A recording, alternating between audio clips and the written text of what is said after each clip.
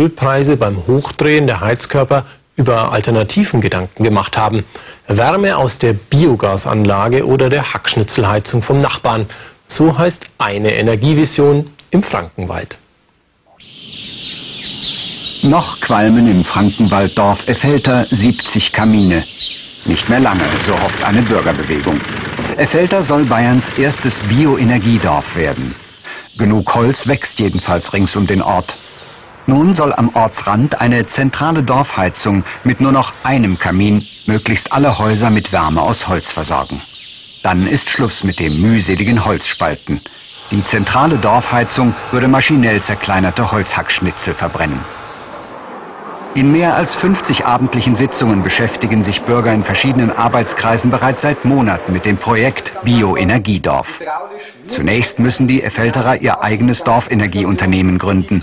Dann können sie Wärme aus Hackschnitzeln per unterirdischer Leitungen in die einzelnen Häuser verkaufen. Und das soll auf jeden Fall umweltfreundlich und viel billiger werden als mit Heizöl. Und auch billiger als mit Einzelholzöfen in jedem Haus. Klingt einfach, ist aber schwierig in einem Dorf, wo die meisten Familien schon immer mit eigenem Holz heizen und damit auch unabhängig sind. Und doch planen sie eifrig ihre gemeinschaftliche Energiezentrale, also ein Kamin statt bisher 70.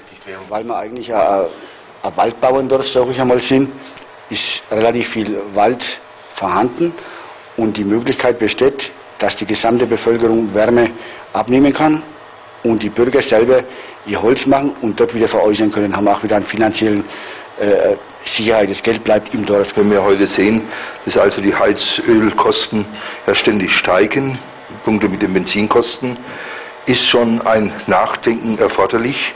Und gerade da mit so einem Hackschnitzelwerk könnte man etwas bewirken im Ort.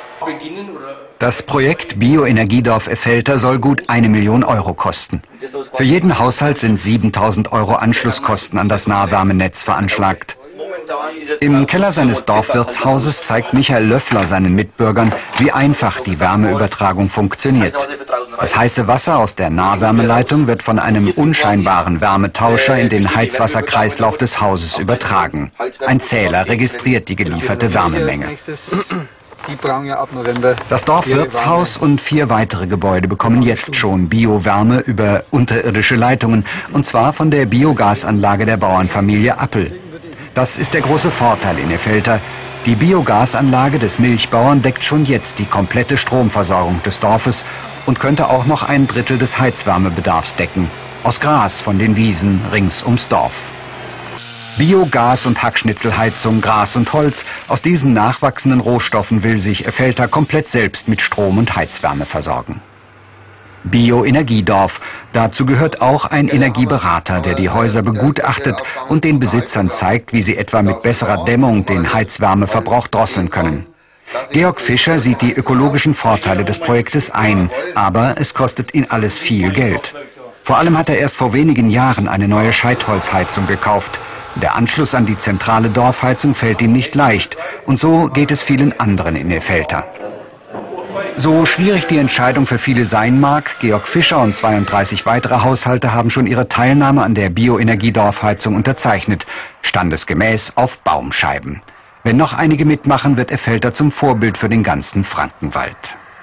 Wir haben ausgerechnet, dass wir bis zu 70% des gesamten Wärmebedarfs aller privaten Haushalte im Frankenwald aus diesen nachwachsenden Rohstoffen stellen könnten, was bedeuten würde, dass wir jedes Jahr über 60 Millionen Euro sparen könnten, die eben nicht abfließen und die in der Region bleiben. Die Bürger von Effelter haben sich als Erste auf den Weg Richtung Bioenergiedorf gemacht. Weitere wollen ihnen folgen. Eine interessante Alternative, gefördert mit Geldern der EU.